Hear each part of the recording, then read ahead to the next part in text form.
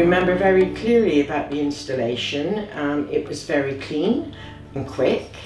In fact, I asked the engineer how long it was going to take, and he'd already informed me that he'd installed it. I was actually taken to the kitchen unit and shown the actual equipment in place. My first impressions of the Halcyan was to do with my hair.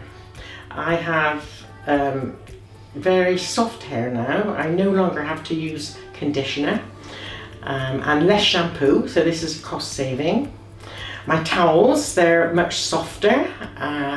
They're quite luxurious, my bathroom towels. I no longer use fabric conditioner for those, so that's another cost saving as far as I'm concerned. And the main thing that used to irritate me before I had this installation was the crusty build-up around my taps in the kitchen, and I have a brown sink in the kitchen. This was a particular concern to me.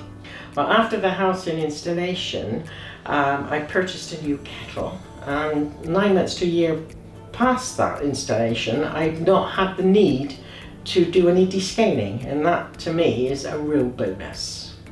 I didn't realise 7 years had passed. I got so used to the Halcyan benefits that I'd forgotten it was ever installed. I would happily recommend Halcyan to friends and family.